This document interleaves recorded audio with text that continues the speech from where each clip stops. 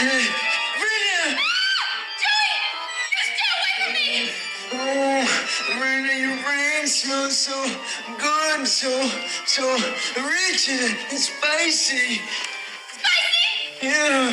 Joey, I am not into dead guys!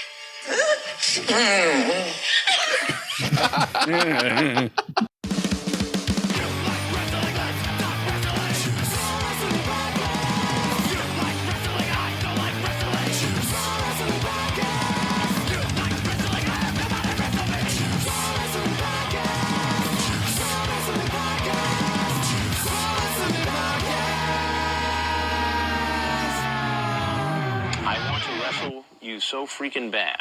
Wrestle me.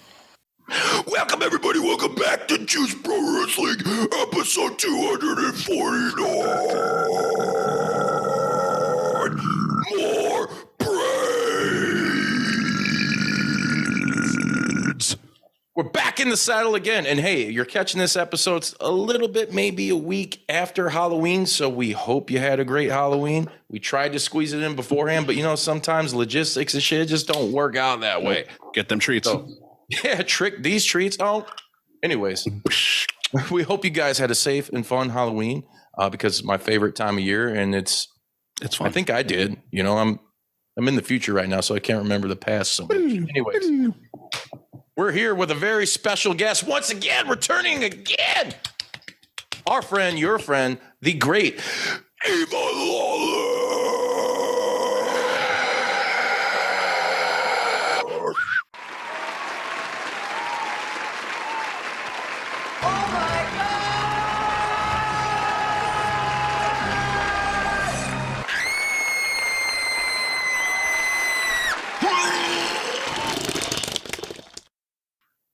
Hello.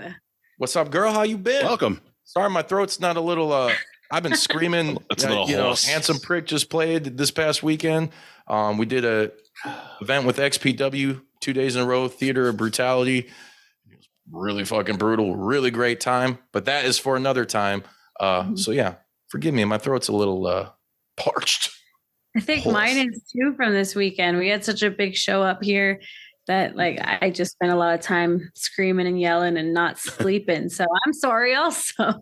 It's all good. Awesome. A lot of these too. I drink a lot of PBRs, which I'm generally not a fan of, but they were going down pretty good. They'll grow on you.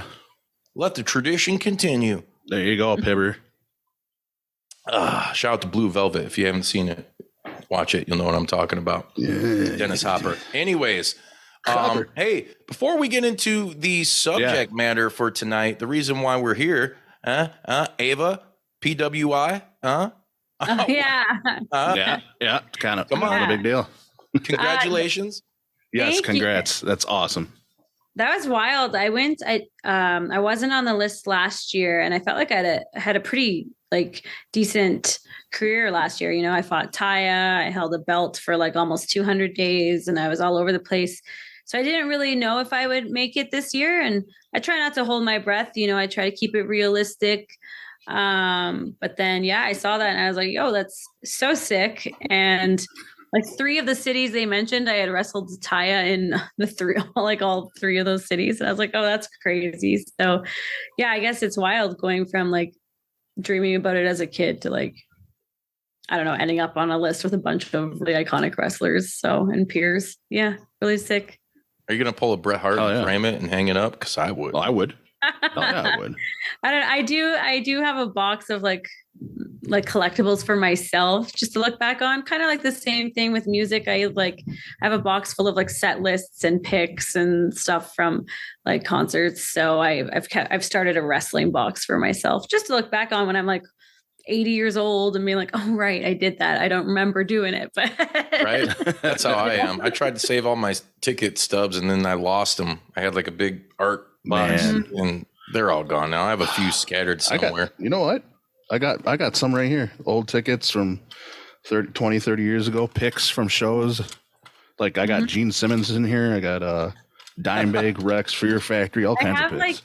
I have the ticket from like the first Raw my dad brought me to, but the ink is totally faded on it, so you can't even read it anymore. But I'm like, I know this was a Raw. Like I know it was. Oh, yes.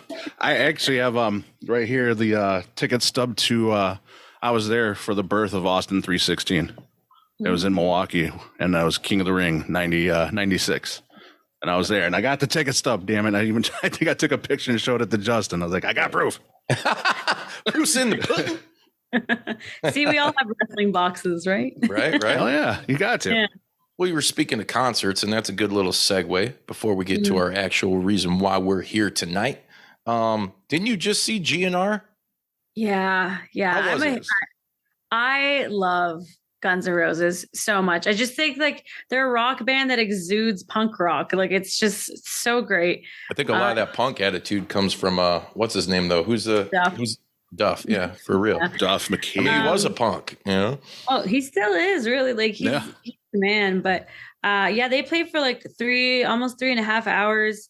And they just seemed like they were having so much fun on stage. And like Slash hasn't aged a day, which is crazy considering the stuff he's done in his lifetime. Yeah, he's like Keith Moon. And like it was Keith Moon's dead. I know. It's a joke. Yeah, it was awesome. I love seeing them live, and like I got to see Del James, and he's their tour manager, and he's a huge wrestling fan too. So we got to like catch up and stuff. So yeah, Nice. it was sick. So awesome. Probably should not have gone like the night before like a really big show because I was like standing for like 5 hours and yeah. Ooh. But you know what? Sacrifice. Right? Exactly. For survival.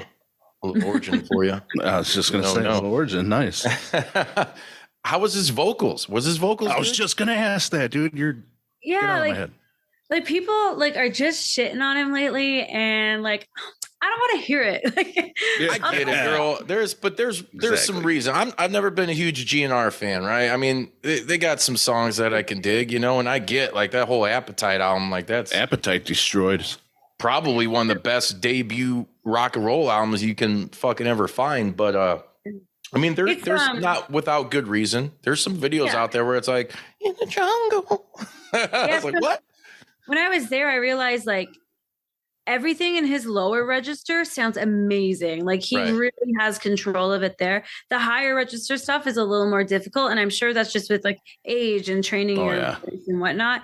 But like the lower register stuff, I was like, damn, he's got it. So, he sounded killer when he did that stint with AC/DC. I was like, fuck yeah, we're kind of getting more of that grovelly shit because I always compared him. And I mean, he had to have taken a lot of his technique from old boy who sang for Nazareth, dude. Oh, Nazareth, He even covered, you know, what was it, Hair of the Dog, you know? Yep. I can't even do it right now. It hurts my stomach. I can't even do anything. But yeah, he sounded a lot like that, dude. He has such a unique voice in general, and I think people will either love his voice or hate it. But like, I don't know. I had a good time. So that's awesome. Did they play Garden of Eden? No, like the last time I saw them, they played basically every song I really wanted to hear. But this time, Get in the Ring. They didn't play Get in the Ring. They didn't play Coma, and I love Coma. Oh man. There's actually a few Chinese Democracy songs that I love, and they didn't do either. And I was like, oh man, but they did play Slither, and I love the Revolver. So I was like, hell yeah. I was so What about that new track, that new jam they had? They played Perhaps. Yeah, they played actually pretty much all of their new ones. So that's probably why the set list was changed. They didn't play Patience. So that was weird. I would making you be patient over... for the next time you attend. What a dad joke. I wish I wouldn't mind if they didn't play that. I've heard that.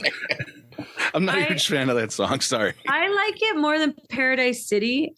And so I kind of wish they swapped those up, but they played Estranged, which is my favorite Guns N' Roses song. Nice. So I'm not going to complain. Mr. Brownstone, they jammed that?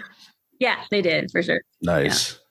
Yeah, and they had like 2 segments of just Slash doing a solo. Oh man, ripping it, laying down even. I was like, damn, give her. Hell yeah. And Axel rips on Night Train too. Yeah. His vocals on Night Train, dude. His vocals on Night Train like changed my life when I was a kid. I was like, God damn. That's on what? Lies, isn't it? GNR Lies? No, it's on Night Train? Appetite. Yeah, it's on Appetite. Yeah, it is on Appetite. I'm thinking there's a live version though, I think, of Night Train on there. Because isn't that mainly a live album? I'm not, like I said, I've listened to those albums so much through other people, but I never bought them myself, you know? Mm-hmm. Well, they played Live and Let Die, which obviously Terminator 2. And the graphic they had in the background was like a knockoff Terminator hand, you know. And I was like, hell yeah. Awesome. Look at Axel up there on the stage. Look at the biceps. Look at the triceps. Look at the delts. Look at the short sword. You could be mine. That's great. I do like that song. Yeah. Oh, I meant You Could Be Mine, not Live and Let Die. Yeah. Dude, heavy as fuck. Trying to get you, man. You trying to tempt me into throwing out my vocals completely. I can't. It hurts. Yeah. It hurts. I'm surprised you're not a GNR fan, man, because they ripped. You know enough about the. I was. Yeah. Honey girl, please listen. I know so much about rock music because that's all I gave a shit about, whether I liked it or not. Exactly. You know, like, since I was like 5 years old, like I was a Nirvana kid. So when I started, coming up back then, there was that beef there, and I picked my side, you know. But as I got older, like I said, back then you couldn't get me to listen to one fucking Guns N' Roses song.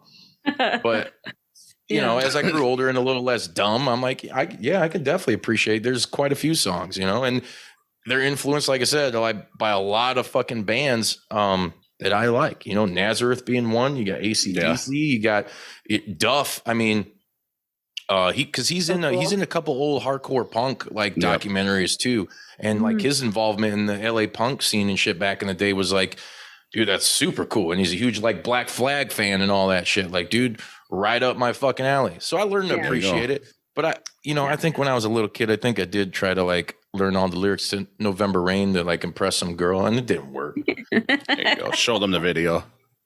Yeah, I think Duff recently did an interview where they asked him like, what do you think of rock and roll these days? And he said something like, he looks at the front row and he sees like 20-something-year-old girls like singing Guns N' Roses. And he said something like, why the fuck aren't you singing a current band songs right now? And it's like, oh, well, they're not the same. They're not the same anymore.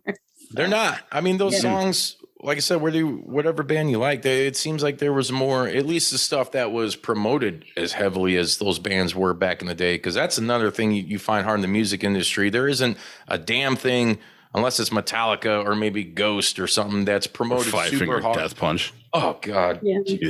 What was 17 hit dick bite grab meltdown or something? Yeah, 17 dick bite combo. Yeah. But back in the day, that was what was promoted. You can turn on the just regular radio and hear some pretty damn good shit. Nowadays, you're only going to hear mainly like pop in the songs of old, you know. But there's still a lot of good shit out there. There's a lot of, it pisses me off because there's a lot of artists that like in this day and age that they don't, you know, radio isn't a thing. I mean, yeah, there's satellite and shit, but even still they recycle the same playlist for the most part. And it's like, play something different. Get these bands like heard, you know, like unless you're missed that about the old days radio. Nicki Minaj or whoever. Exactly. Unless you got a big butt and, you know, some pink and auto-tune strings, you ain't fucking making shit. Ain't nobody gonna listen to you. And auto-tune. And auto-tune. Yeah. Yes. T-Pain. This is T-Pain. Well, T-Pain did it correctly, microphone. I thought. I gotta say, T-Pain did it correctly. And then you got all these other people doing it, and it's like, this is terrible. I think terrible. He just covered Black Sabbath. I think it was War Pigs or something. It was actually okay. Yeah, I think you're right. Yeah. I didn't know that. Where is that? Ava, go look that shit up. I will. I'm good. Oh, yeah. So anyways, let's skip all the bullshit and formalities. We'll get back into some other stuff later. The reason we're here, Ava's back because we kind of got this thing going on. Last year, we did a thing where we talked about probably one of our favorite movies of all time, Return of the Living Dead, the original 1985 fucking horror comedy. And this year, we're back to talk about Return of the Living Dead 2, motherfuckers. Yeah. So let's just get going with that. We should. I will say this before we start with it. It's one of those movies where if you're familiar with the franchise and the series, like There's what, 5 of them, right? 5? Yeah, 4, 3. Yeah, there's 5. So because there's Rave to the Grave, and then that other like there's another one from like Necropolis. 2004, isn't there? Necropolis, and they're both pure trash. So really, that one's terrible. Only Don't the first 3. So don't lump that in there. Come on, you're better than that. You heard it here first. Next year we'll be talking about part 3. Anyways, I'm down with that. Return of the Living Dead 2 released 3 years after the original. Yep, it's not as beloved as, of course, the original for many, many reasons, because it's really not the same movie, even though you have some of the same characters back. And there's a lot of Easter eggs and hints in that with a couple of these guys. But just to get started on this, the whole plot of this movie is you have a young boy named Jesse and his sister, Jesse. Jesse's being bullied by the local bully. They're living in this neighborhood that's under development, just being put together. Billy and Johnny. Yeah. What? Thor Van dude. Something. Was Thor. Yeah. You're right. Distractions. Sorry, Shiny. No, I'm blaming the cat. Bringing his cute ass in. That cat rules. Yeah. He said, hey, that cat rules. What is that guy's name? That kid's name, though? Yeah, Billy's name. It's like Thor Van something. I'm trying to look at what little notes. Thor Van Johnson. I think it is Van Johnson. No, it's not Van Johnson. No. I'll help you out a little bit here. Looking at my notes. I like notes. Anyways, I don't know. The kid's name was Thor, and I thought that was pretty rad back in Thor Van Lingen. Yes.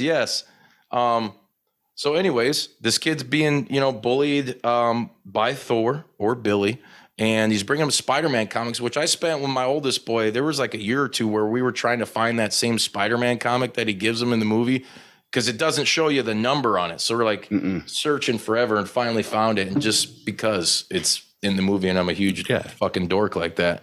Why wouldn't you want it? So they take him to this club, which happens to be in the cemetery. And along the way, they end up finding this canister containing 2,4,5-trioxin. All right. The trioxin. And the 2 little bully bastard kids are all about doing this. And Jesse's like, hey, maybe we should call the army or something. You guys shouldn't mess with this. And of course, that's not the case. They locked the little kid, Jesse, in the cemetery. He ain't going to tell anybody, right? Then these kids go back and fuck with the thing. And to quote the Misfits, all hell breaks loose afterwards. And I will add this at the beginning. So it starts off with the military trucks. I mean, it gives you a little, thing about, back in whatever, the events of the first movie, and the Army developed the 2,4,5 trioxin. And you got the Army guy fucking driving the truck with a bunch of canisters in the back. And it's got, dude, one thing that sucks the most, and we'll get into this, but the soundtrack for this one, pure hot fucking garbage, dude. Let down, dude. Yeah, it opens up with gonna run with you. I was like, what the fuck?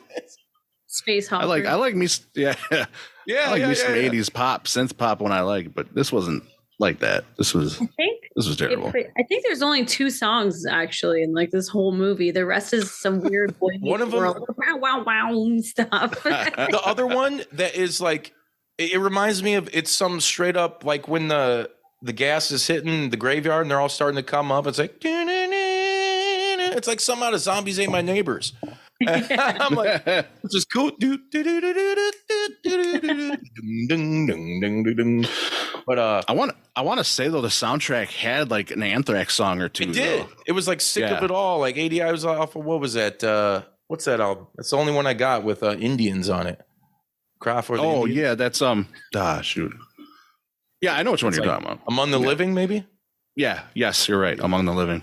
Damn, yes, I didn't need notes for it. I think I'm the Man is on that soundtrack, if I'm not mistaken. The soundtrack I could pull up right here real quick, because look at this guy. On the subject. Sources. Sources McGee over here. Oh, I got sources. So, as Ava said earlier, Julian Cope with Space Hopper.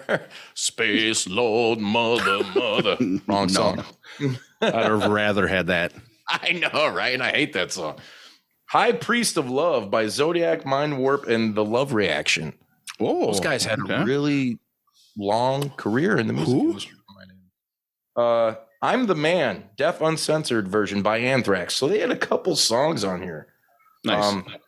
ADI, Horror of It All, Anthrax. Flesh to Flesh by Joe Lamont. The Dead Return by J. Peter Robinson, Alone in the Night by Leatherwolf. Now you're talking, dude. Yeah. Monster Mash by the Big O, which, come on, the Monster Mash. Come on. Monster Mash. I like that fucking That's a song. cop Why out, the fuck dude. is it in the movie, man? That's a cop out, man. It is.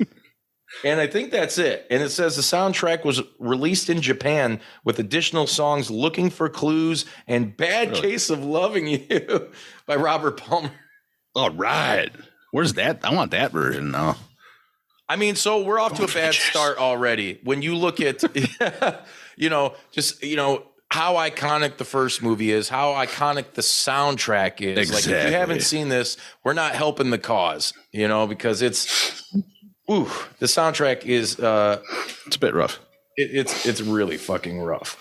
But before we get into any more of the movie, I want to know, I'm curious with both you guys, did you catch the first one first? Or did you see this one first? Or how'd you come about this movie in particular? I definitely saw the first one first. Like, I remember telling you guys a story that I found it in a pawn shop when I was like 12 or something.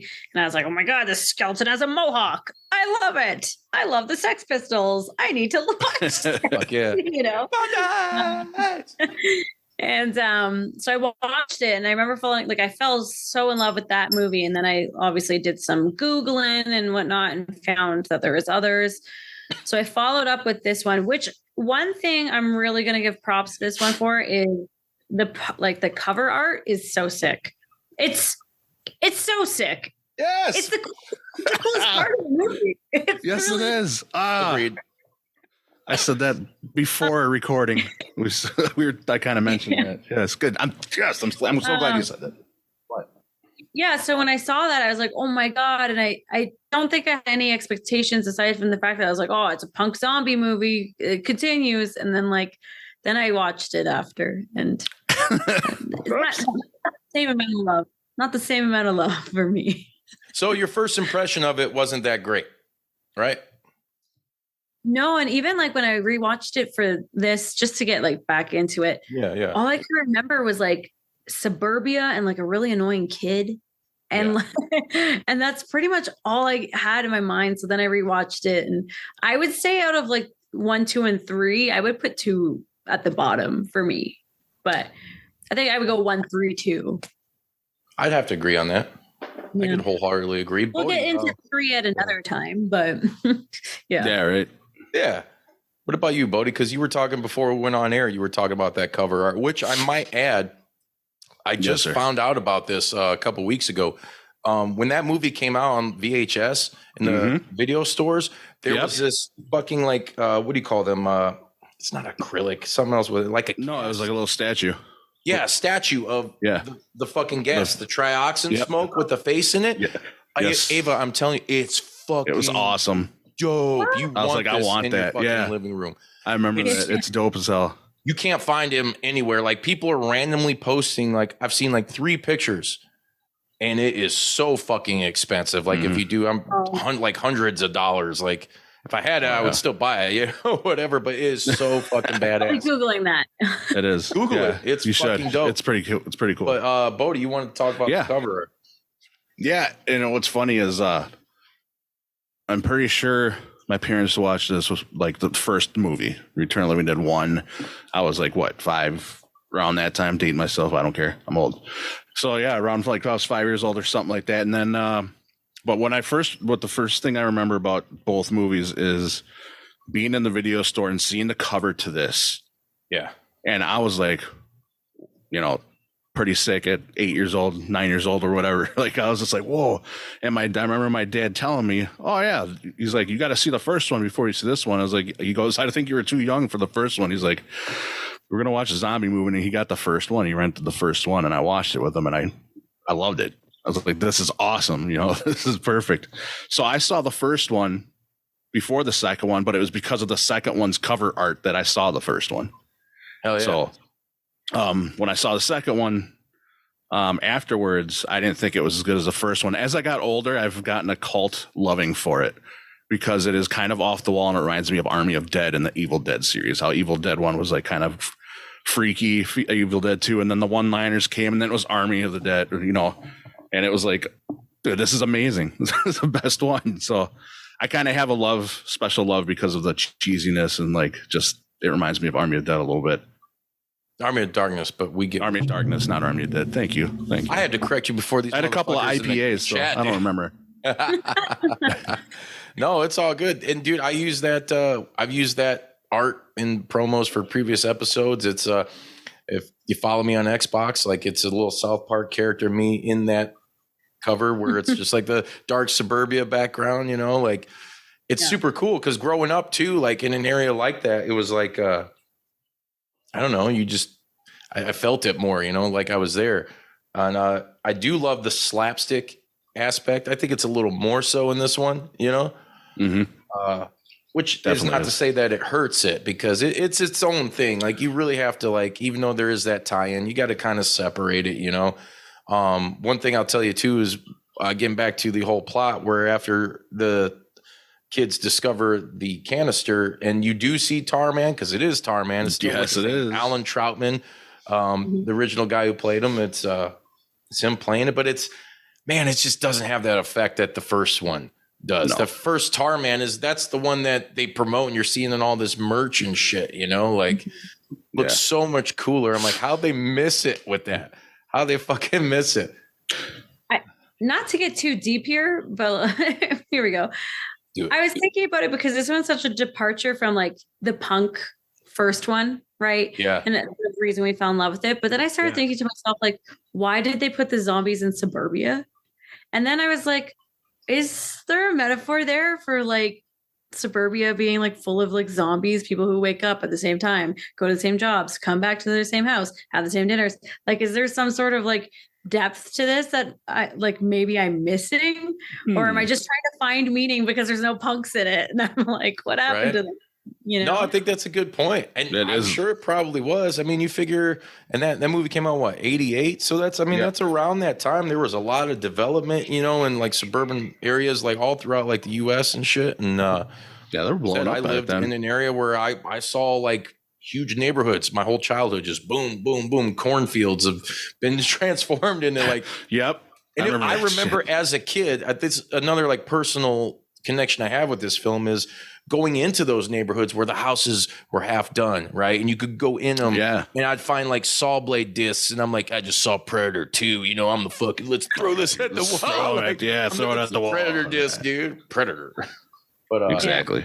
It reminded me of that. So like, you know, there was that too, like seeing that, especially as I look back now, and it's when they're traversing through the houses and unfinished houses trying to escape the zombies to get to, what's his name? Doc Mandel. Get his car. It's like, only I drive her. She's Cherry. If you look at movies around that time, like you have Edward Scissorhands and The Burbs and stuff, where like Burbs, like suburbia was like such like a strong subject. So I don't know. I guess think maybe you hit the fucking nail right on the head. You did. 1-800-Transylvania. Yeah. Thanks, Transylvania 65000. Hold on, where else can I go with this? Yeah. So I think another thing about this movie too that I think is really cool is you have the returning characters. So you got James Karen and Tom Matthews coming back as different characters. Was it Ed and Joey? Yeah. The grave robbers. Yeah, they're grave robbers. That one dude, the older dude, your girl would like one of these. Yeah, hold up the watch. He's like, give me that. Yeah. There was one. I took a note of this because it made me laugh so hard when they break in to like rob the graves. Obviously, yeah. I guess I'll call him Ernie because it's like hard for me to remember. But he said something like, "It would be dishonest to give them skills that weren't buried or something like that." Or like skulls. No, he's skulls. Yeah. Yeah. It would be dishonest to give them skills that weren't buried. That's my type of skills. And I was like, he's trying to find like some dignity in all this, but he's robbing graves. He is. Yeah. He totally tried to justify robbing graves. Well, it reminded me so much of his character from the first one too. He's like, all skeletons come from France or whatever, you know? But I loved seeing them return. And like, I just finished The Fall of the House Usher of Usher or whatever by Mike Flanagan on Netflix, and Oh, I you know, wanna he see that. repurposes his casts, and like we saw it here, and I think they were a huge like saving grace in this movie for me because they're so likable together and Yeah. they're so funny together. So yeah, it definitely they kept me more engaged in it. Yeah, it was definitely cool to see them back. I loved it. And another character I really dug too, who I felt because I like to compare and contrast, you know, the characters from the first one. Doc Mandel. He reminded me a lot of what was his name? Was it Ernie? The Ernie Kaldenberger or whatever. He was the mortician from the first one. Had the Nazi pistol. I got Bert and Ernie in Return of the Living Dead. Yeah, because I think Bert was Clue Gallagher. I could be wrong. People can check. Yeah. But that guy was funny as shit. Yeah. Like, especially when they get to the hospital. Or no, but even before that, like they're in the car, they're driving away, and that zombie's on top, and Ed's in the back, and he's like, oh no, is he gonna puke? He's like, come on, roll the window down, hit the button, you know? Like, I'm like, button? When didn't this car come on? Like, that's like a 1950s, whatever the hell it is, you know? Even like when they show up at like Doc's house, they're like, all these dead guys are swarming them, and he's just like, da-da-da, like he's like, whatever. Yeah, he recognizes one of them. He's like, it's not my fault. We ran out of typo. Yeah, he does. I forgot the dude's name that he calls out, but he totally sees him in the That's window trying to Harry get something. in. Yeah. He's like, I know him. Yeah. And then goes like, Are you not alarmed? Are you not alarmed? Yeah, this No, shit like that had me losing it because I'm just like, zombies are trying to get at you and eat your brains, and you're just like, hey, I know you. He's Like, just totally, cracking one-liners. Left and right. Cracking one-liners. Yeah. Yep. dude, I'm Like, trying to find too. Total 'cause I don't coping wanna be mechanism to wrong. the end of the world. I think Brian Yuzna did the makeup, the effects on this one, because I know he directed the third and did the effects for the third one. Because I think the zombies, though, the one good thing so far out the gate for this movie is that the zombies, other than like, and Tarman still looked cool, he just wasn't Tarman. I took it personal. Boo-hoo me. You better take it personal. The zombies were really fucking awesome in this one. Like when they first start coming out and the girl was they're all out there, slimy. Brenda. And yeah, they're all slimy. Just like punches in the face and just mushes in. Yeah, Like like spinach. She like grabs. spinach, Yeah, it was yes. it's so gross. But I liked was- the one that had like worms, like moving worms out of her face. Like that Yeah. was cool. Yeah, that one was creepy as hell. Like eating that dude's Billy's dad's brains. Oh yeah. UDB. Yeah. Another one I liked is when Brenda's running up on the church where what's his name, Joey, you know, he eats her. Right before that, she like turns around, there's one right there. She's like, grabs it by the mouth and pulls his jaw down, and his jaw comes off, and he's just like Tongue flopping. like some around. reanimator shit, you know? Oh man. And who else in the hospital? So when they go to the hospital, there's that one down there that Jesse Burns when he takes the elevator. He tries to shoot him and he doesn't do anything. And he turns on like the hot steam or whatever, and it like melts him. Like Yes. that zombie was wicked, but I swear I saw that zombie in like 3 or 4 shots. I'm like, didn't they already cook this guy? Like, what's going on? And now, and then next thing you know, I swear he was the same guy that the dude, the electrician guy hit with the van. He's like, I'm going to take it out, where they find out how you can actually kill him, you know? Let me ask you guys.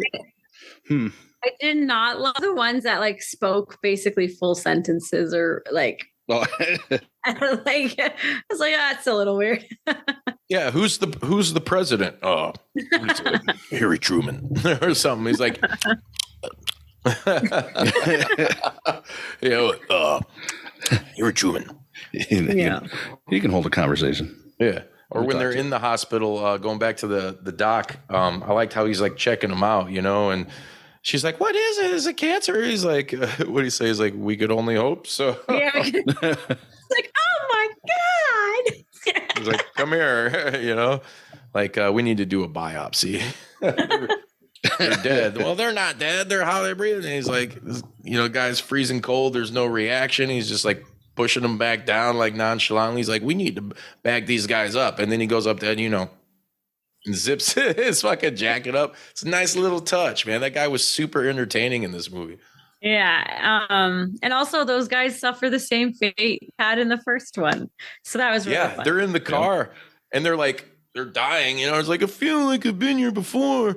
Like, and then we talk about the zombies, like nice little Easter egg, a little shout out. I wonder why they decided to bring just them two back.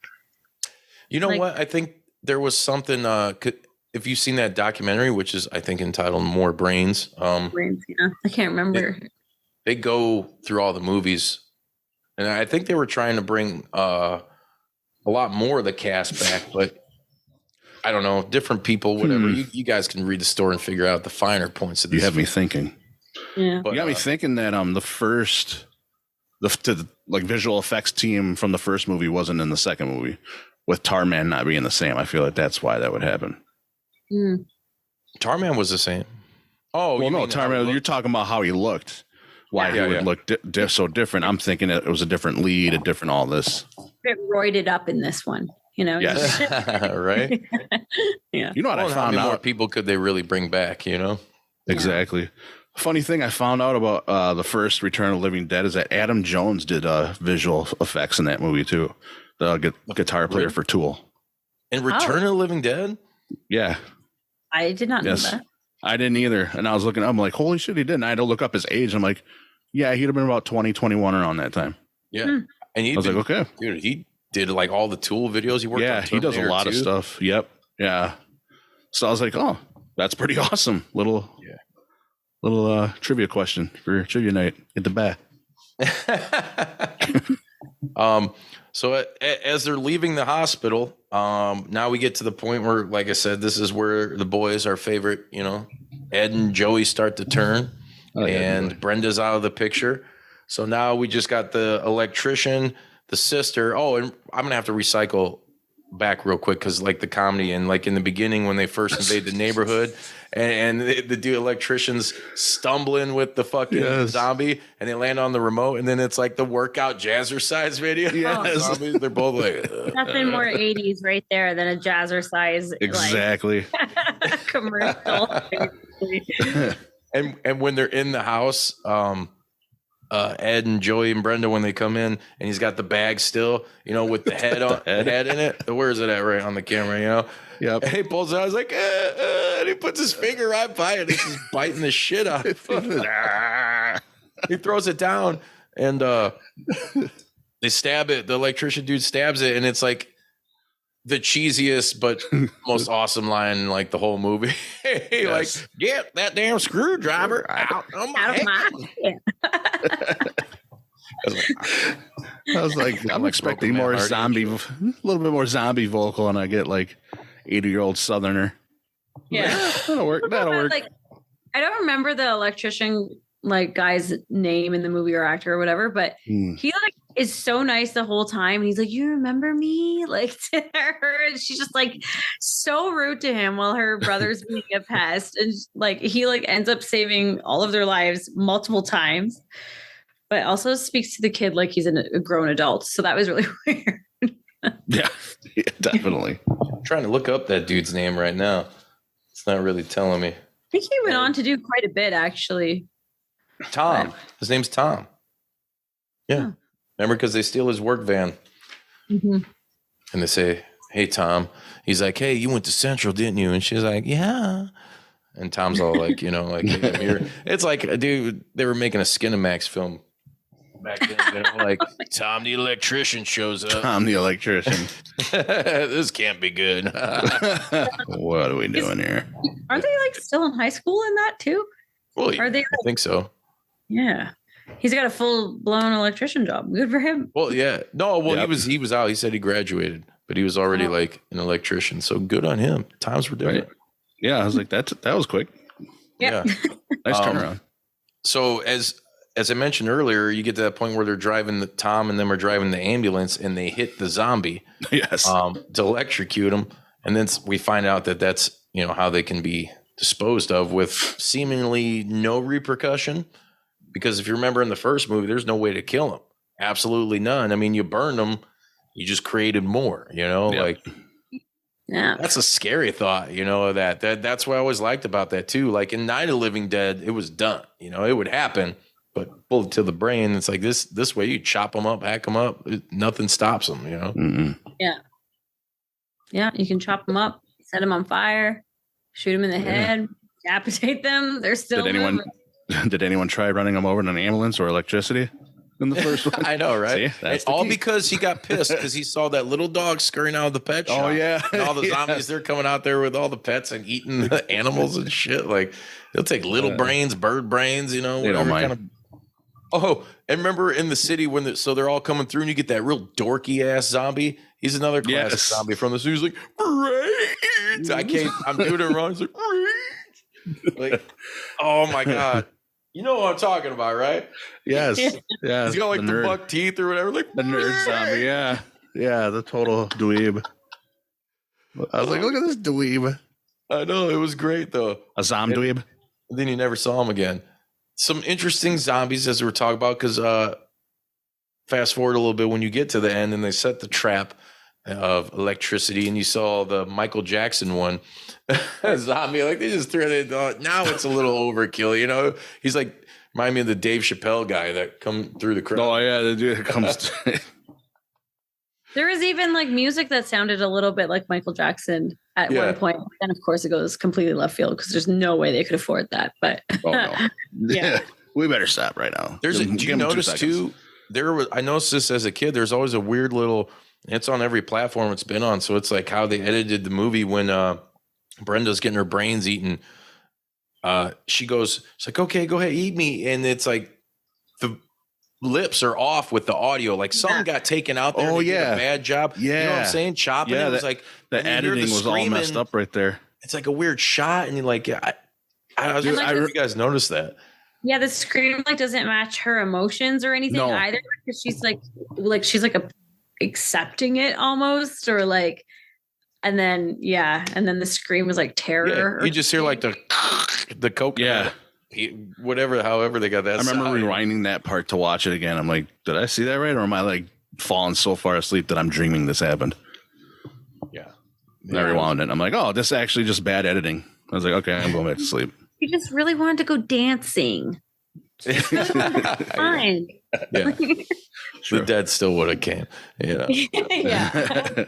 It was the kid's fault, not theirs. He's like, I told you no more praying. He's just like, take me, shoot me, do it. Those fucking guys. I like when Ed finally turns too and he eats the army guy.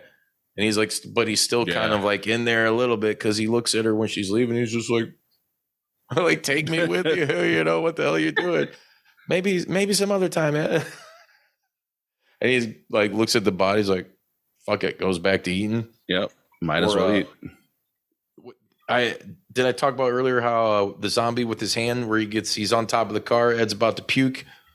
Did I ever finish that? I can't remember. I don't think you finished it. We were talking about, and then we let on another tangent. It's so easy to get caught up. But anyway, he rolls the window up. Zombie's hand goes in there, and he grabs the doc by the junk, and he's like, "Ooh, fucking!" There's cheese all over this. Everywhere, there's so much cheese, so much. Yeah, and they hot with the hand. It does have kind of like an Evil Dead twist to it. Totally. The hand goes in the road, and then they're driving off. You see the next frame's like middle finger from the severed hand. Perfect. When I was a little kid, dude, like I popped for shit like that, Oh, yeah. Found this one at the video store, like, oh, awesome. Like, this is great. Give me Faces of Death and Evil Dead next and Dead Alive and all that shit. Yeah. When we get to the end, though, they set this elaborate trap. Like we said, the electricity, the water, and the fucking plant. By this time, there's who's just our main character still left? The doc. You got fucking Billy. He's still around. Yep. Jesse. Jesse's still around too, right? And the sister and the electrician. I think all those guys, except for Billy, obviously, they survive. I don't remember the doc because I did pass out, and it's been a long time. But he lives.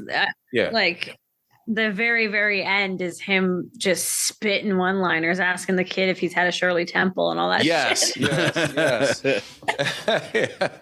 Which is a big contrast from the ending of the finite ending of the first one. You know, it's like just the whole thing. Everybody in that area is done. You know, like we actually have some survivors in this one. Yeah. I got to ask you right now because I thought it was weird even when I was younger and seeing it. I mean, obviously, super cheese once again, cheese whiz all over the motherfucking place, everywhere. What'd you think of like that's the electricity though? Like that's all right. That's how you fucking kill him. Like electricity. I always thought it was kind of fucking weird. Yeah, I guess it's weird one because like for zombies, it's definitely not the narrative that we're used to. And I think also like maybe I associate like electricity like Frankenstein and bringing something to life. Can also, you know, so yeah, I get that. I guess I get it now. But also, how will you like mass kill a bunch of zombies with electricity? Even though they, in this instance, is that every single zombie that was made for gas? Probably not. So I don't know. I didn't love it. Yeah. I don't know if I've ever seen a zombie electrified before this. Well, that, but you gotta think like the fact that that's the way, like, right. The first one, it's like nothing can kill them, but you know, right. But you shock them, finger in a socket, 1,000 volts or 10,000 volts and stuff. You got to figure their insides already just fucked up anyway. Like this is just par for the course. You know what I mean? Like, why would it kill them? So I'm thinking though, does the smoke that emits from their bodies after they get fried? Maybe. I'm going fucking real nerdy on this, because I don't know. I got to. That gets to the clouds and then suddenly acid. That's what I'm saying. It resets them. Yeah, because in the first one they think they did it right, but it just acid rain again, and yeah, that's why I said I don't remember ever seeing. I had to go back in the zombie vault, but zombies getting electrocuted and seeing what happens. I don't know if I've ever. I don't know. I'm like thinking through like all the Night of the Living Dead, Return of the Living Dead, Zombie, and then Walking Dead, and like everything. I'm like, all right, zombie slaughtering 101, electrocution. Is that somewhere in the book? It's got to be. When you look at like the first one, they end up nuking the city right at the end. Like, they're like, yeah, right, yep. But it's already in the clouds, and the clouds are already traveling. Does that mean like the world is just fucked? Like in that realm, there's nothing you can do in that universe. Yeah, yeah, because this isn't the same. This is kind of the same universe, but kind of not because we've got. There's hope in this one, Yeah. But it's very lighthearted. Like the first one's dark and just it's got some comedy in it. Don't get me wrong, but it's more dark. It's a darker movie. Yeah. And it's I think better subject matter. This one's really like tongue in cheek. I this is a cult classic now. I mean, I do enjoy it. I don't watch it as much as the first one, but I've seen it a lot of fucking times. Who would you guys say would be, what's some of your favorite moments? I know we talked about like some of them, but just individually with this film, Ava, we'll start with you. Ooh, that's hard. I guess one of them will be when she punches the zombie in the face and pulls out the spinach. That's really memorable. And all the green, oozy, like reanimator type of substance happening there. It's not a favorite moment, but I was going to bring up the fact that like, the bully remains a bully from when he was human to when he's like dead at the very end. Yeah. So it's like always a dick. Yeah, this poor kid in life and in like death. This kid's such a piece of shit. Right. You know what? I'll butt in real quick and tell you one of my favorite moments. No joke. I pop real hard when I seen when he's sick there in bed, Billy, and he pans over a little to the his dresser, and he's got an LJN fucking George Animal Steel. I seen that. I was like, whoa, is that George Animal Steel? Wrestling is everywhere. Yep. Especially back then. That was definitely a cool moment. I guess like probably a lot of the stuff with the doc, just because I feel like if he wasn't there, I probably would have liked this even less. So he was the comedic relief I think it needed. Yeah, he's probably like, I mean, obviously, some of my favorite characters are the returning cast, but I think out of all the characters, like the Doc's definitely like my favorite. I'd say anything with him was just like All right, cool. You know, what about you, Bodie? Of course, everything we talked about and that Ava just listed as well. But another one is that Billy is sick and his mom's like looking outside and some dude's getting eaten in the driveway and she backs up and she's like, "Oh, Billy!" And then he's like, "Rah." And she's just the look on her face and you hear crunch. Yeah, you hear the crunch. Yeah, yeah. Dude, I popped so hard for that. I was like, "Yes, that was the best." Dude. And then the middle finger by the hand. Of course, it was like awesome. And then the fact that the grave robbing right in the beginning with the watch when they're going through the one thing, he's like, "Come on, don't you?" He's like trying to like justify not doing it, but at the same time taking the watch. He's like, "Yeah, give me that watch." Yeah, like chopping like fingers off. Yeah, he's like, "You got a point." Yeah, he's chopping fingers off, taking rings. I'm like, look at this fucking dude. I was dying at what's his name? Just the whole movie being like, "Oh my god!" Just constantly in despair and like, "It's for my sins. It's because of my sins." Yes. Oh my god, it was so over the top that it was hilarious. It always is. Doesn't the colonel like stand there? He's like, "Not again." Yeah, I was like, "Yes." Yeah, he's looking at they're like cleaning up the drums or whatever. Yeah, not again. Not again. That's good, man. I think, you know, the big difference is this one really didn't take itself too serious at all, whereas the first one, it didn't. You know, you had your comedy in there, but I think it was, who's to say what's a good enough blend? Because at the end of the day, like, this is a good movie. As a sequel, yeah, whatever. It's just another, maybe like Evil Dead 2, like almost like a retelling of it or something, you know. I don't go ahead. I've got a question for you. Do we like Return of the Living Dead so much because it kind of highlights like a subculture that isn't otherwise seen all the time? Like, is it that much more special? Like, when I think of all the other people I know who love it, they all love the same music I do. They all love the same movies I do. They're all a part of like this, you know, this little cult. And I'm like, if I just show that to like a random person, would they like it as much as I do, basically? Like, right. Is there like that connection there? Like, what do you think? I mean, I think that's a lot of it. And Sretton is living proof of that because like he watched it and he's like, yeah, he's just kind of about it. Really? Yeah. But like, I mean, there's all that. But even before a lot of that, you know, I mean, I was a little kid when I seen it. So I was like 4 or 5 when I started watching horror movies and wrestling. Oh God! See, at the same time and listening to metal. Yeah. So I think that has like something else to do with it for me because it was just like it. I don't remember it really like making me laugh. I remember like being points where it's like cool, you know, but it freaked me out kind of as a kid.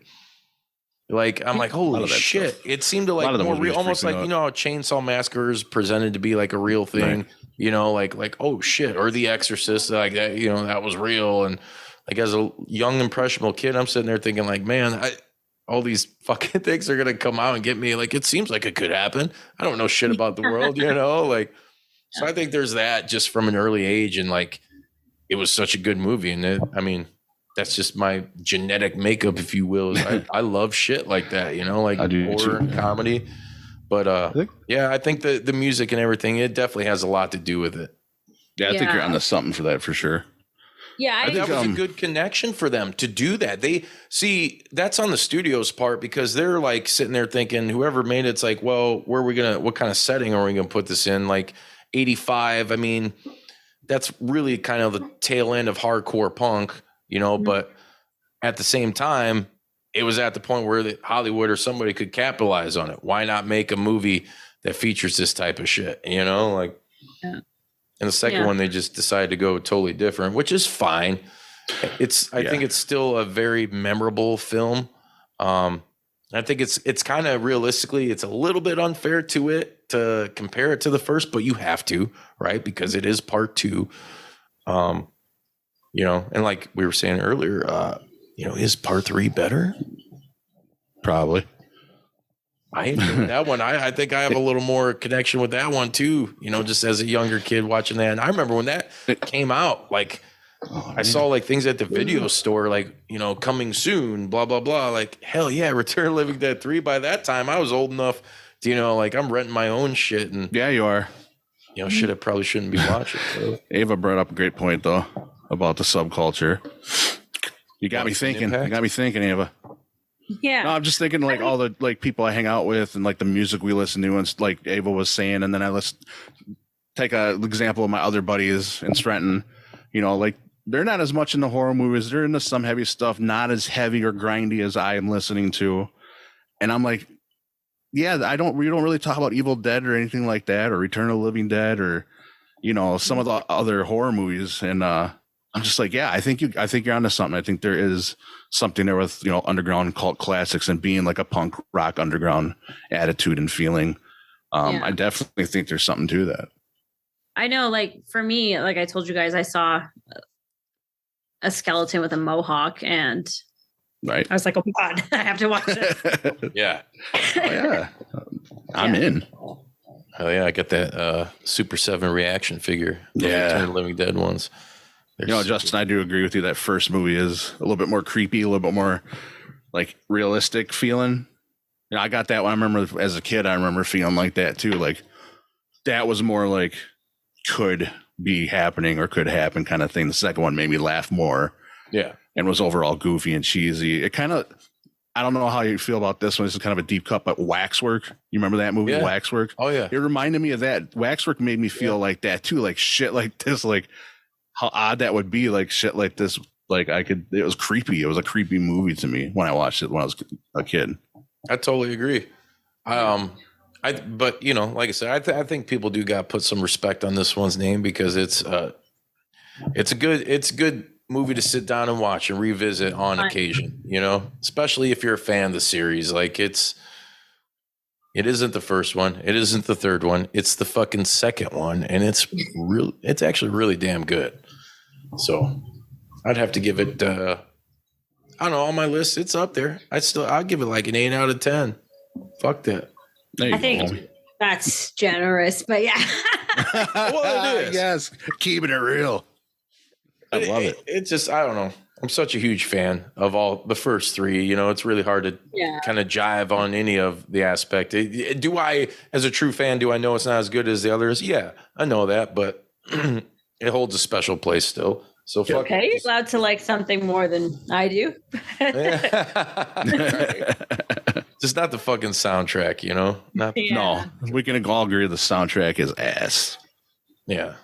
Even then, like, I am the man.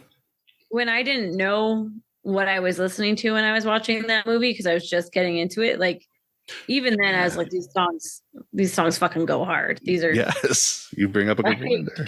Yeah. Great bands. Great bands, you know. We talked even about as a kid, I remember like memorable. Like the Do You Want to Party at the end of the first one. Like I remember that as a kid and being like, yes, like I want to party. I want to party. Hell yeah. Like this is I want to watch this again. Just that part though. Yeah. That was the best. But none of that in the second one. I'm kind of bummed because there was no like iconic like music part. And I'm like huge with the music from the first one. I was like a little bummed out about that. Good one-liners. I was hurt by that too. Yeah, was there even a naked zombie in this one? Yeah, right.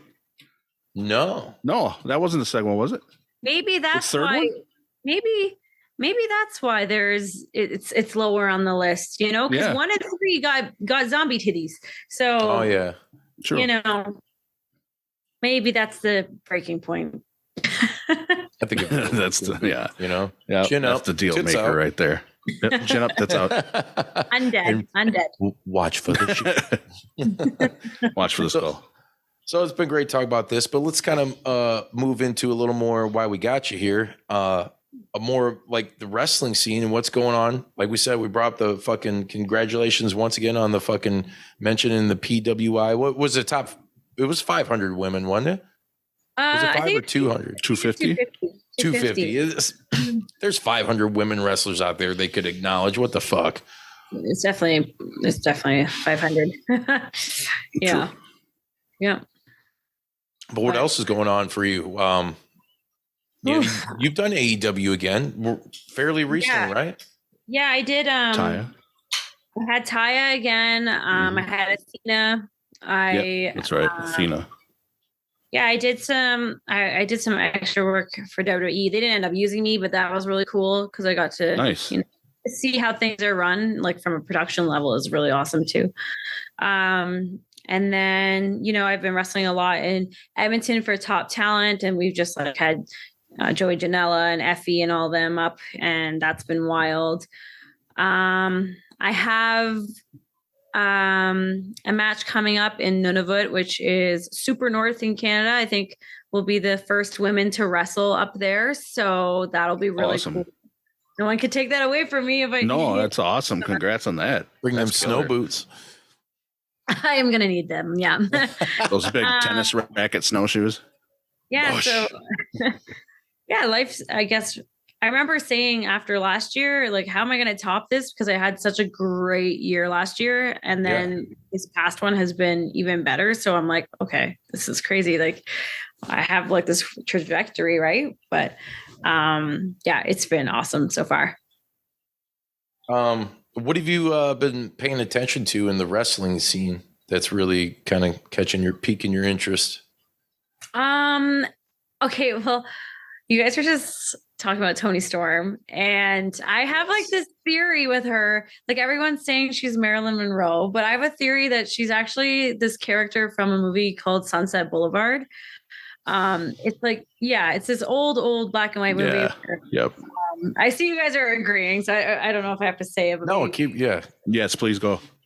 But yeah, it's about it's an old Hollywood movie where this actress is like kind of aging out of her roles, and Hollywood's not treating her as kindly, and she starts going insane with her ego and kind of losing it a little bit, and thinking she's bigger and better and deserves more, and she just kind of loses her mind. So when I saw Toni Storm being this character, I was like, she's not Marilyn Monroe. Mm-mm. She's not. And it's been amazing to see. So that's been really entertaining for me, especially as a film fan. I was like, oh, this is such a nice blend. So yeah. I think who was it, Bodie? It was either you or Sretton. Maybe it was Sretton. No, or you? I don't know. Anyways, could have been. One of you guys were telling me, like, and I totally wholeheartedly agree with this opinion, that when they do her bits and her whole gimmick is they found a way to utilize the worst time in their program. Which is picture in picture, restaurant quality. Yeah. The silent stuff. Picture. And they always cut out in like major matches too. It's like, God damn it. But dude, you had Sammy Guevara coming out with the cards. You have Don Callis doing some shit. Like, that's fine. That's cool. But this is just perfect, like, holy shit, this works. And you do it with RJ City. Yeah, dude. Even better. Couldn't have had a better dance partner. He is a like debutante, like, you know, like I fucking love that dude. And I also just love, like, it's just a character. It's a full-fleshed character, like, of course she's like a badass rock and roller, and I mean, I love it. Of course I love it. But like, seeing this get fleshed out, oh, it's so great. And then in her matches, when the camera just zooms in on her face, I'm like, oh, this is great. She cuts to break. Oh. She throws it to break. I'm like, that is the best ever. Yeah. And it's just, to me, it's just like another great level of appreciation for Toni Storm. It's peeling off another layer of her that I've never seen. And I'm like, she has range and she's nailing this. Like, I don't know if anyone else could nail it as better or as best as she's doing it right now.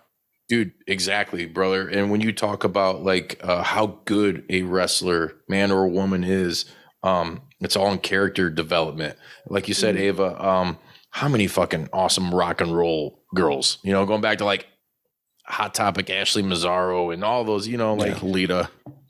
Yeah, all that shit, right? But to see her, this is like, she's breaking into something totally different, and it is fucking working. It's unique, dude. Like, that is showing how strong of a fucking wrestler this woman is. Like, and to watch her grow and be outside the bubble where WWE's fucking throwing pies on her or whatever the fuck dumb shit, is going on.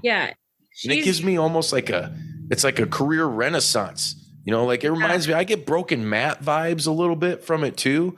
like kind of when he snapped and then became, I'm not saying the characters are the same, but it's like that's in story, that's what it took, was them snapping. And then all of a sudden, Matt Hardy is for the first time bigger than his brother, and for Toni Storm, it's like for the first time, she's totally like stands out from the pack completely because of that character, I've always found her like really memorable, and I've always enjoyed her work. Like I think she's a really fantastic wrestler. But you're right, this is something that just kind of sets her apart and helps her stand out. And even then, when you look at it, people are looking at it and thinking like Marilyn Monroe, and they're like, "That's amazing." But then when or at least what I assume is Sunset Boulevard, I think that totally is right. actually very layered. That is really, really deep. Yes, you're correct. So I'm like, wow, this isn't surface level at all. There's some thought put into that. There's some research put into that, So her segments make me the most excited right now. Right? I love when they cut the black and white. It'd be awesome if someone make a meme though. It's like as soon as it cuts the black and white, you hear that New World Order. That's awesome. Just give it to me, entertain me for 2 seconds with my ADD, and I'll be done with you. But yeah, I love what she's doing. Someone else, I think, like in the AEW land, that I thought was, kind of, and I don't know if there's heat on him or what, but I think Ricky Starks has been doing fucking good, and they're bringing him up. Yes, and Big Bill, dude. Big Bill has turned his career around. He is a fucking star, dude. I still wish he was William Morrissey, though. Yeah. I love when like Ricky Starks is being like swung around and he like still did his pose in this swing. I was like, that's freaking hilarious. I'll tell you this. I want to get your opinions on this though, because it was something that like you hear, obviously maybe shit was a shoot with him and Adam Copeland, AKA Edge. On what was that, Collision Rampage, where they were talking smack and they got a little personal and he calls him the fucking, says he's ripping off the Rock and shit. And I'm like, man, dude, like that made me feel awkward. I was like, I felt like the animosity, like something went wrong in that. And I'm like sitting there thinking like, damn, why you gonna dog Ricky like that, man? Like everybody knows he looks like a weird version of a young Rock, but I got past that and I'm seeing like what he's doing, and he's like, he's awesome. Like he is. After Punk gave him the rub and he's got fucking what he's doing now. Like I think he's another one of their like bright shining stars.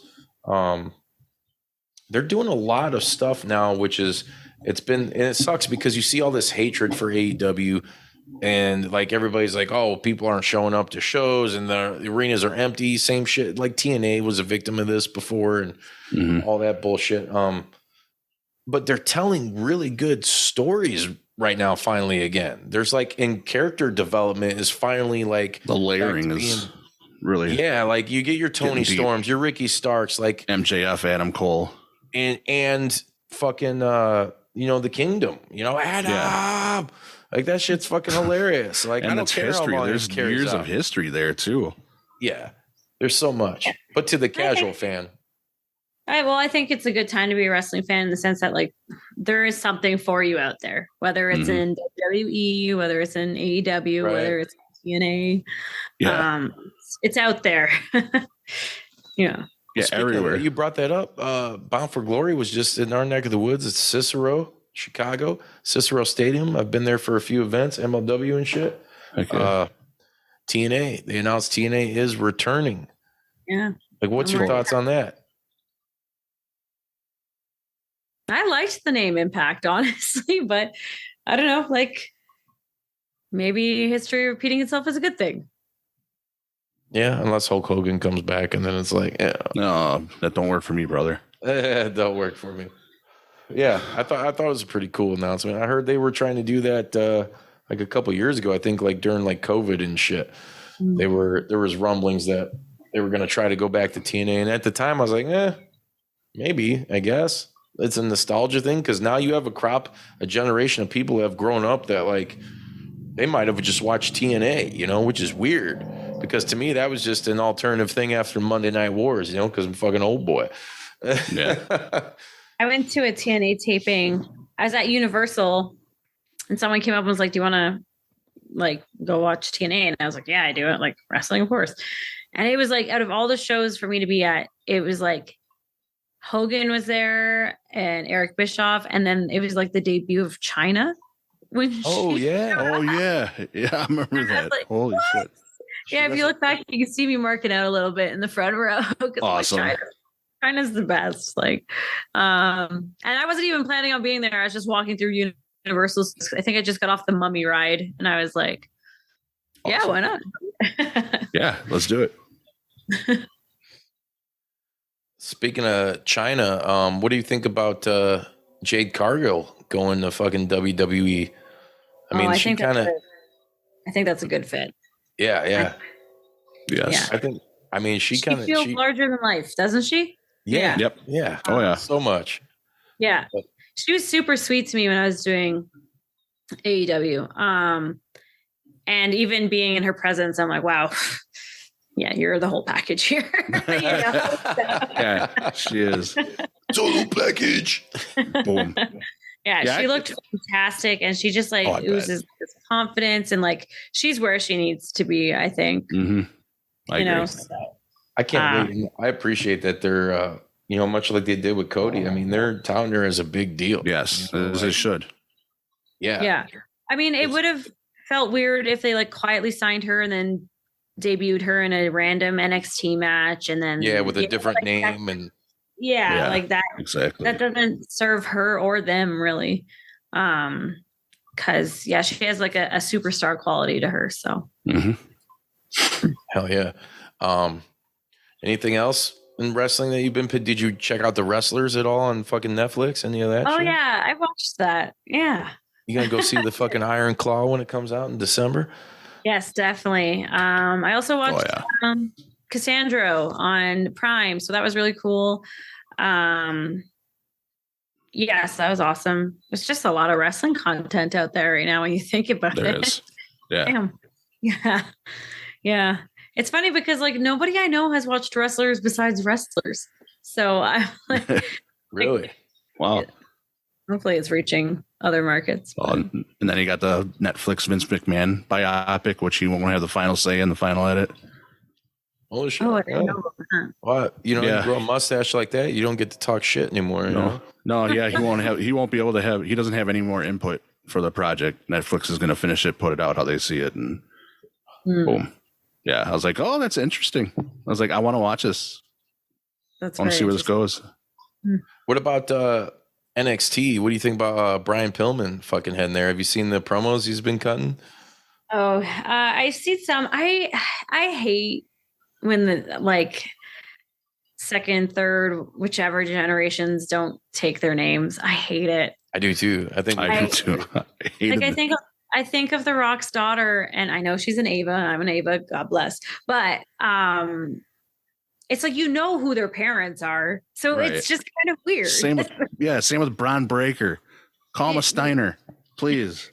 Like, what if Bronson Steiner? Yeah. Like, what if Charlotte Flair was not? What if she was Charlotte McDonald? And then you're like, but you're Dirty Ron's illegitimate daughter. Yeah, exactly. Charlotte McDonald. Like, who's this? Right? And I understand though, like it's hard to follow like the legacy, or maybe you want to create your own legacy. But I feel like Charlotte did that also. Yeah. Oh yeah. I don't know. I just find it weird when they don't take the name. It's just. I feel that way all the time. I do too, and I think a lot. As wrestling purists, I guess you can use that terminology correctly in this phrase I'm about to spit, but. I think they all agree on that. It's you got to keep it. There's something about them, but at the same time, from Booker, whatever standpoint, you want to get this guy a little hot, little buzz. Let's have him denounce his heritage. Yeah. I think coming from that angle, creative, like television wise and whatever, and getting okay, let's see what it is. And I get where the name and everything comes from, but it still sounds a little weird. Lexus King. I'm sitting there. If you close your eyes and didn't know anything about this being Brian Pillman Jr.'s next gimmick or character name, whatever, and you just said Lexus King, how would you vision that? I think it was a woman. First of all, yeah. And I'm like, okay. So what I'm saying is they're putting themselves out there like with him because I guess it would be easy to milk the Brian Pillman shit, you know? So maybe kudos to them for trying not to, and to Brian, you know, for just trying to break out on his own, because he could always go back. Cody didn't want to be he had the Rhodes name, but he wasn't trying to be Dusty, you know? Yeah. There's that argument. There is, I mean, But he went back to it, you know, now it's like fucking the hair. There is a storyline aspect to it too. Like if he is like denouncing his name and then eventually works his way back to reclaiming back to it. Yeah. Yeah. That would be cool. Like in other words, get good enough in the ring to live up to those promos where you see, like, you know, he's watching the TV, and it was cool. They cut the old Cincinnati Bengals practice. I like that. That was my favorite. Fucking WCW Saturday Night. And I was there watching Flying Brian. Man, it's fucking awesome. You know, I couldn't wait to get the Galoob action figure where he's stuck like this. Yes. Hard as a fucking rock, too. Knock you out. Yeah, they were made out of rocks. Yeah. But I think it's cool. I think they got something there. What do you think about this? Because it was, I mean, there's so much shit. And I don't want to be, maybe I should just skip it because I'm not trying to fucking stir up negative stuff. But like, yeah, you're not. I just, you know, I got to say something for like the fans of wrestling that are the absolute worst most of the time, unfortunately. Like, you know, AEW goes head to head with NXT. NXT stacks the fucking card because that's what you have to do, you know, and it's WWE. You have access to every major legend. You're the reason why AEW exists. Let's not beat around the bush about it, you know? Like, I just hate that fucking so many fans can't just sit back and enjoy that. Like, if you liked NXT, I didn't personally think it was the better show that night because, yeah, you got these guys coming out for a pop, but guess what? We've seen that shit so many times. Like, even outside of WWE, like, I remember back in the day in TNA, you'd get like Dixie Carter would be like, I have an announcement. It's going to be huge. It's going to shake the foundation of this company. You think, oh, well, maybe it was at the time like RVD or someone before he actually showed up, you know, would be coming in. And it's just like the return of Christopher Daniels. I love Christopher Daniels, but you know what I mean? It was like so much like hope building and then just drop you with the like weakest fucking, you like know, the usual payoff. You know, like, yeah, dude, like shit like that, dude. It just fucking bothers me. It boils my fucking skin. So what I'm saying is grind my gears. AEW put on the way better fucking show. The continued storylines and shit, like, you know, the tribalism fucking shit. Like what you like. I'm not sitting here saying WWE sucks at all, but it's like, come on, you know, are you a wrestling fan or not? Are you a fucking keyboard warrior? I think, like I said, I think there's something for everyone, and like, I don't know, maybe they can be intense, but then I think of like, I got a message today from one of the dads of a girl who comes to our shows. And he was like, look at her school photo. And he sent me, and it's like this girl, she's 12 years old. She's like one of my biggest fans. And she wore my t-shirt in her school picture day. And I'm like, that is so sick. Like that's going to be immortalized for her and for me. And like, I remember when I was younger, school picture day was like, oh, like, what are you going to wear? And I remember I like would mull over it, and I would like pick a Slipknot shirt. And I was like, yeah, I want this to be, you know, my NWO shirt. So I think of like, I think when like things get like intense or you don't agree or whichever, I'm like, I always try to like remember her. And I'm like, oh, like she is now who I once was, you know? And I'm like, that's half the reason why I do it these days. So yeah, I was saying you gotta influence kids though to like, you know, there's so many choices out there. Influence them to like what's good, not just because it's a fucking brand, you know. Yeah, and like she'll make up her own mind. She likes what she likes, and maybe one day she won't like me. But too bad I'm now in her school photo. But there you go. See, Were you at the where was fucking Edge's retirement in WWE? Were you at those tapings? No, I wasn't. The one that I was at WWE for was when Rey Mysterio won like the United States Championship. Oh, and, yeah. That was wild. Yeah. Who else did you get to talk to back there? You know, you don't get to brush elbows too much, but it was like Edge and Rey Mysterio and Bobby Lashley were the ones that like came up and spoke to us and stuff. So that was really How fucking giant is Bobby Lashley in person? huge. Actually, Roman Reigns is huge. I bet he is. Yeah, he looks huge. Yeah, he's but yeah, you just keep to yourself and say hi and whatnot. It was really cool to like learn about the matches and stuff. So yeah, I didn't do anything, but it's still a learning opportunity. So Yeah, definitely. Yeah, fuck yeah. I mean, you're getting your foot in the door, you get to be backstage with these people and see how they operate. yeah, and it's also cool. Like you look at people like Edge and like look at Ray, like they've been in this industry for so long and they still took time to say hi to like the extras, right? Like that's really cool.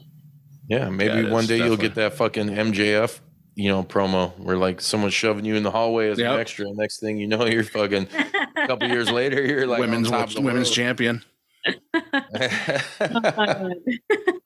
the first ever exploding barbed wire death match. I'm just kidding. Would you ever do exploding barbed wire death match? Ooh, I don't think so. brutal. Once It's I got so impaled by a chair from a superplex onto a bunch of chairs, and I was like, maybe this isn't for me. Yeah, I don't blame you. I've seen so much death match this past weekend. It was good. I mean, kudos to I say the men and women, but Mickey Knuckles was the only one the only woman that was wrestling. Holy shit, man! But it's like, I think it's almost like the same misconception. Like maybe like in the death metal community, like where we come from and shit. Like you see people doing that type of stuff and just think they're probably like the worst type of people. But like backstage, everybody was a fucking sweetheart. Like, and they go out and like fucking beat the goddamn ever living life out of each other. Like, I think I probably did so many lines, accumulative lines of fucking dust from light tubes because I couldn't help but not breathe it in. It's like, but man, some of the nicest people. I had a great fucking weekend with XPW. That shit was fucking fun. But, yeah, I saw your stories. I was like, damn. yeah, and you get to hang out, with like legends of that genre, like Masada and shit. And Masada, man, that motherfucker, dude, we're tight. Me and Masada are tight. These fucking, these good people. And Necro Butcher, come on. Like I saw that dude take a beer bottle to the head, a real, no gimmick. He just took fucking, the dude he's wrestling, took one out of his hand and fucking, I think it was Redacted. Yeah, it was Dr. Redacted. And bam, over the top of his fucking skull. And he just, in the neck, needless to say, the next 4 or 5 shots to the back of the skull looked really fucking stiff. But then afterwards, everybody's like all hugs and everything. It was crazy. Like almost tore the fucking place down. And my band's got to play. Booked a good show with Manifestations, Elbow Deep. Those guys, whew. Man, can't nobody fuck with those guys on stage. They're like they're wild. They're a death match while like some crazy awesome death punk grind is fucking playing, and man, just such a good time. And the underground and wrestling or heavy metal, I love it all. So that was fucking great. And you know what? It goes right back to Return of the Living Dead. Exactly. It does. Those characters probably went to wrestling shows. I believe it. Oh, yeah. Spider would be there like, yeah. So as soon as he's seen like the cat or something, like old WWE shit, the box like titties, he'd be like,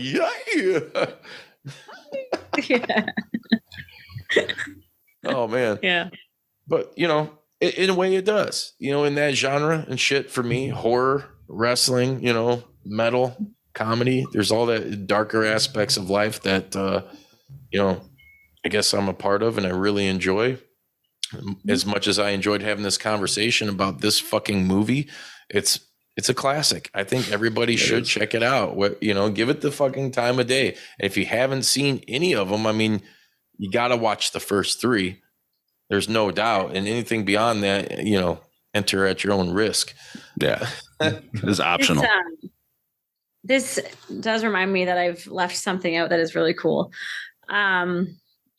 Probably like winter last year. I don't know if I told you guys about this, but there was a horror wrestling movie being filmed up here. It's called Dark Match, and it's starring Chris Jericho. And Really? I shot something for it, but I don't know if it'll make the cutting room floor. But there's definitely some locals and whatnot in it. Yes. And this flail you see above my head, Yes. possibly was maybe on from the set, but Awesome. so Hell yeah. I don't know when that comes out, but it is a wrestling horror movie, so I think we will all enjoy it. Yeah, most definitely. Yeah. I'll definitely check that out. And speaking of taking props from the set, because we've had people on here and on the JPDUB, shout out to Jeremy Wagner of fucking Chicago death metal legends Broken Hope, who is a huge horror fan. He has a horror museum in his house in the Chi. Like he's a huge Jaws fan too. He's got a lot of like props from the original movie. If there was something you could take from this movie, Return to the Living Dead 2, what would it be? Probably Cherry. Yeah, that would be Take the dope. car?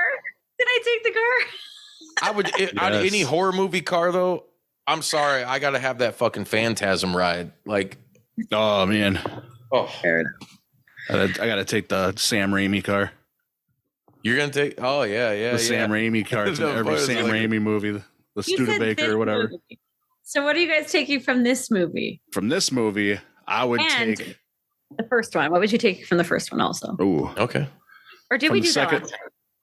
I don't think No, we did I don't that think we from- did. We'll do it again. And even if we did, who cares? No one probably Exactly. fucking listen. Yeah. So from the second movie, besides the watch, I would probably take the head. Damn Head. The old lady head out. I would have to take that. I'd be like, yeah, that's mine, please. What does everybody want? Exactly. Hey. What does everybody Shaking it around need? the house. From the first movie, since we're gonna knock them out both. It's a good question. First movie, actually, let me get the original. You can't say Tyoxin or Crash's whatever. panties. Oh, dude, I wasn't gonna say that, but that's a good idea. You know. Yeah, I would take let me get the half chemical dog. barrel from the first movie. Oh yeah. Chemical barrel. That's what I I would would take take. I would take the half dog, I think. Split dogs. Yes. Yeah. I have Awesome. one, but he's a plush. I know when you posted that, do you remember I freaked out? I Yeah. need one of those. I need one of those. That's cool. I think, man, from the first, fuck you, Bodie. I'm gonna have to change my mind now just to be different.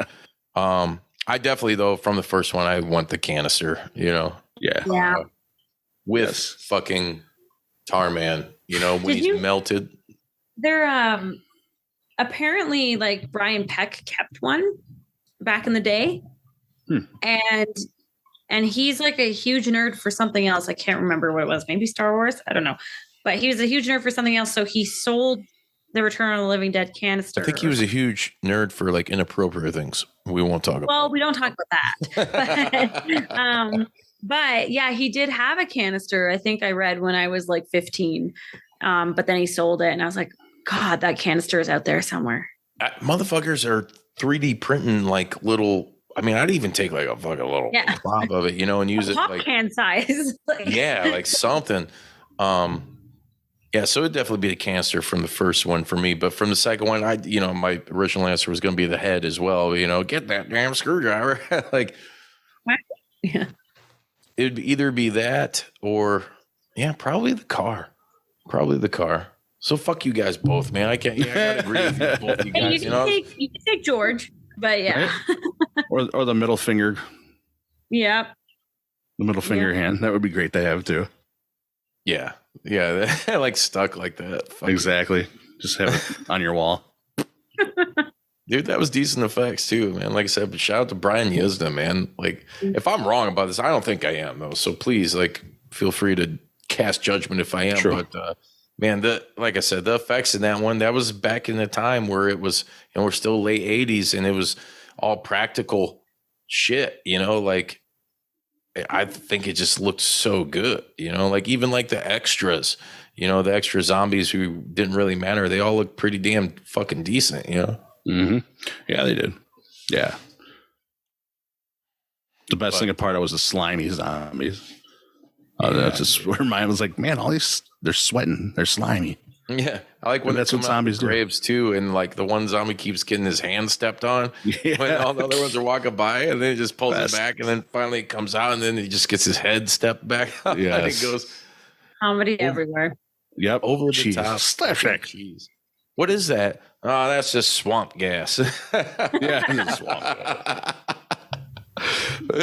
Hey, go back to the first one. This thing was made by the Army Corps of Engineers. And that's where everything fucking just breaks loose. Yeah. You know, there's one other thing I want to touch on real quick before we cut this episode off is this is, I've said a million times, but it's a franchise I think that still there's so much merchandising out for it now. Hence, you know, this is episode specific t-shirt, you know, Cavity Colors. I'll plug them. Sponsor me. Hook me up with some free shit. Hook Bodie up with some free shit. Please. Hook Ava up with some fucking free shit. Fuck Sretton. Yeah. Why can we not get a good fucking video game franchise out of this shit? Especially with the way, like, there's all these asymmetrical horror licenses, dude. And I'm dumb enough to fucking buy them. I got, you know, I bought Friday the 13th.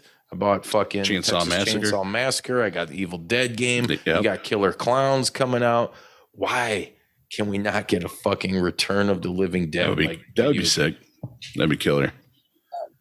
Could you imagine like being trapped in like the even if it's like Call of Duty Zombies or whatever? I don't fucking give a fuck. Just give me the setup where we're trapped in the mortuary from the first one. You can interact with the characters from the movie. Yeah, dude. Like they would be like you can get quests and stuff from them and stuff and rewards. You had to do something for them to help them out. Yeah. So official Return of the Living Dead. We're going to be tagging you in this episode. So as you listen, the game, listen to Juice 316 and give me a motherfucking video game. Hit somebody out. Somebody's got to want to make it. Yeah. Return of the Living Dead, the game. You play. So like you could choose to be suicide and you're like, oh, that would be awesome. Stuff. Yeah. Or remember that one game? Was it Until Dawn, or where it was like the endings changed depending on your choices? So maybe like Telltale games. There was like they did Walking Dead and stuff like that. Yeah, and like maybe you have to try and save trash, then if you save trash, I don't know. Or maybe you have to like have Spider say, yeah. And that's the end. Yeah. That's it. Yeah. That would be awesome. Yes, alternate endings. Play as characters. Please give me all that. Give it to me. Give it to me, Bodie. Right now, Ava, since, you know, obviously, I mean, we pretty much covered everything on this one. Memorable movie, but not so much. You know, everybody check it out. It's fucking great. Where are you going to be popping up next? And where can people buy some fucking t-shirts? Let us see right now. I mean, if you're listening out there in podcast land, jpdub.com, you can fucking see this. She's rocking this fucking killer long sleeve. Look at that shit, man. Brutal. Love it. Fucking heavy metal. This one's not on Pro Wrestling Tees because I don't know if they do the long sleeve with the. They might, but they'll fucking charge an arm and a leg, and then you'll get like 2% of it. So yeah, I'm working on opening on there, like my own store, but sweet. Yeah, I'm working a lot right now in Alberta, and I'll be up in Nunavut if anyone is listening from Nunavut. And then wait a minute. I'm going to cut you off before you promote, because didn't you just get to hang with somebody fucking of note fairly recently? I'm trying to think back. Because I know you've met like Bret Hart and shit. Wasn't there somebody else recently? Or am I just fucking... I don't know. I'm sorry. I thought there was. I'm trying to think back to, you know, scrolling your Instagram. What cool shit. I'm trying to think back too, but honestly, too many bumps. Can't remember everything. So anyways, continue with the self-promotion. Shameless. Oh, I was just in Winnipeg, so hopefully I'm back out there soon. And then, you know, trying to see what the States has for me. So hopefully I make it that way sometimes. What about Defy? Aren't you doing Defy, or you did do Defy? I did a few shows last year, so it'd be great to visit them again. I love Seattle in general, but yeah. Well, yeah, you got the fucking, what was that like? The Seattle out there for you with the, you know what? Fuck this. Episode's not over. Fuck you guys. You thought it was done. But it's not. Seattle's got this fucking rich music history, and especially for me, it permeates and resonates really fucking well because that's what it came up on was the whole grunge shit. What's that like being out in that town? Like, obviously, I mean, being a fan of some of those bands, like, yeah, I always said that if I had to live in the States, I would pick Seattle. It just feels the most like home. You got the real mountains. shitty weather, you know. Love it. I love Smells of it. fish. It's funny because I actually associate Seattle with Duff from Guns N' Roses because he's from there. So yeah, I guess there's that small little tie-in also. And yeah, working Fi was awesome. I love being there. I was a fan before I was a wrestler, so it's very full circle. Hell yeah. What bands right now are you listening to? And what's some of the like the newest albums that have came out that you're really fucking popping on? I listened to this artist called Perturbator. I don't know if you guys listen to him, but he does like I don't want to say synthwave because I feel like that almost like it doesn't give credit to how like dark and brooding and atmospheric the stuff he does is. So I would definitely check him out because he's really, really talented. Time for the Perturbator. Time. You filthy animals. Oh my god! Right now I'm doing a lot of Nick Cave. Guess with Okay, like in the bad seeds. Yeah, fall weather. I kind of go that way. Alice in Chains is always a fall weather. Let me ask you this. I know I'm a fucking death metal grindcore guy, but and I don't want to admit this on air, but did you guys, Bodie, Ava, did you see Post Malone cover Alice in Chains? Yeah, I did. I think I did. Them Bones? Pretty damn decent job It is too. good. Yeah. And Real had good. like the backup singers and shit, and I was like, well, he did a good know job what? of covering Nirvana too. Like I was like, damn, yeah. this guy's legit. And hey, I'm still not a fan, but you know, here's the thing. For me, like someone like that to kind of turn the tide, as we talked about earlier when we were talking a little bit of music and how pop is like just the biggest, that's the only thing really promoting the biggest thing in the music industry. For someone who is like that to take that and influence another generation of younger kids that are like, oh, what's this? Where'd this come from? And then they find Alice in Chains. That's going to be a cool moment for those fucking kids or those people, however old you are, you know? Because I was there with Ozzy, and it was fucking amazing when they were still kicking. I was like, holy shit, you know? Like, he did a song with Ozzy, I think. Yeah, dude. Like, so kudos to him for bringing rock, you know, back to the forefront when he's not even from that scene. That's not where his rags to riches story comes from, you know? Like, I'm not a fan, but I got mad respect for that shit, you know? That's how I feel. Hold your breath here, but that's how I feel about Miley Cyrus. Oh, what? Hey guys, I'm Miley Cyrus. Listen, don't go messing with a country boy.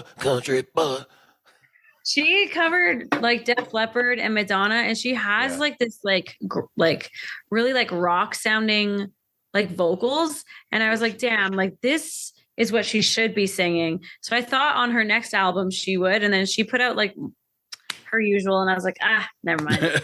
Got my hopes up. But yeah, like it sounds like she's like made for rock music. Like her vocals are insane, and then she just went back to doing pop. Yeah, and I was like, But you know, and even I fucking hate her, but you know, I gotta give her a props. Like if you can turn people on to good music, you know, I think I'd like to believe that there is a generation now lost on like good music and people that are really focused on becoming good musicians, because to even prove what I'm about to say even further, I just watched a interview with it was Charlie Benante, Rex Brown, and Zach Wilde talking to this fucking dude. He gets mad views on YouTube about Pantera and all that shit. And like Zach actually was like saying, he's like, man, this is shit I've been thinking. He's like, you know, I hear everybody talk about how rock is dead and guitar and all this shit, but he's like, dude, I flip through my Instagram, it's none but little kids ripping up fucking stuff, like awesome at, playing like Pantera riffs and whatever. Like, I think, and he's right, it just hasn't hit, like, when those kids grow up and hopefully they can develop creative bands, based off of their tastes and likes and do something a little different. Don't just be a copycat, but if they could do something like that, I mean, I think, rock, guitar oriented music will be just fine. And that's why I can appreciate guys like Post Malone and people doing that shit, like that's fucking cool. And when you're actually killing it, like it's your kind of own interpretation of the song, but it's still really close to what it was. Like, yeah. Alice should have played that unplugged. Like, them Bones works unplugged, Oh yeah. Yeah. So that's just my opinion. Any concerts upcoming that you're going to be going to? I was mostly looking forward to Guns N' Roses, so I'm not really sure now. I did get tickets for Metallica and Pantera, but that's not for a little bit. My buddy Stone's going to that Soldier Field next year, and I'm like, man, dude, I don't want to pay. I want to see, but I don't want to pay the hundreds of fucking dollars for that. I just, I go to death metal shows. I just saw Cannibal Corpse and Mayhem and Gorguts, and I'll be going to see Dying Fetus and Fulci and band. They're an Italian band, actually, death metal band that does like, they're all Lucio Fulci based like content. And that's really cool. But they also do like horror, like synth, like their shit that sounds like horror fucking movies, and it's really good. And it's like all their albums are like concept albums of Fulci films, and they've to my knowledge, they've only been out to the States once, and they're a relatively newer band. But they just go hard in the fucking paint. It's like, I gotta try to see these guys. They're playing at, I think it's Reggie's in Chicago. So, I go to shit like that. So there's always some shows available because those are motherfuckers there humping the roads, and doing that. Well, you also live in an area that's more accessible than where I live. So it was just at Danzig, in Chicago. There was that too. Fucking Midnight was there too, and they fucking slayed and got some fucking t-shirts. I will tell you this though, I bought this fucking bootleg when I got outside. And I was like, fuck, I'll take it because it's got like John Cries and Chuck Biscuits and shit on there. Like, nothing to do with the current lineup, $12. As soon as I got home, I put that thing on. It was like a large. Yeah, it was a large. I just put it over my head and went to pull it down, and just half of it just ripped. Naturally. Yeah. Ripped open. And I'm like, man, fucking, I'm taking it off. And as I'm taking it off, it just literally like fell apart in my hands. Like, oh. Like, man, I bought some really good bootlegs in Mexico and stuff when I was down there, like Morbid Angel shirts and stuff, and they're still holding up to this day, and they're probably about 15, 20 years old. Motherfuckers on the streets of Chicago slanging that bootleg. Yeah. But, anyways, Ava, thank you once again for fucking coming on this episode. If you guys like what you've seen and heard, hit like, hit subscribe, leave some comments, share with your motherfucking friends. Buy some fucking merch at prowrestlingtees.com/JPDUB. Leave us a voicemail. Accentuate the vulgarities. I don't give a fuck. It'll be fun. It'll be nice. It'll be neat. Ava, until next time. We got to get the fuck out of here. Wet 'em up. Wet 'em up. Wet 'em up.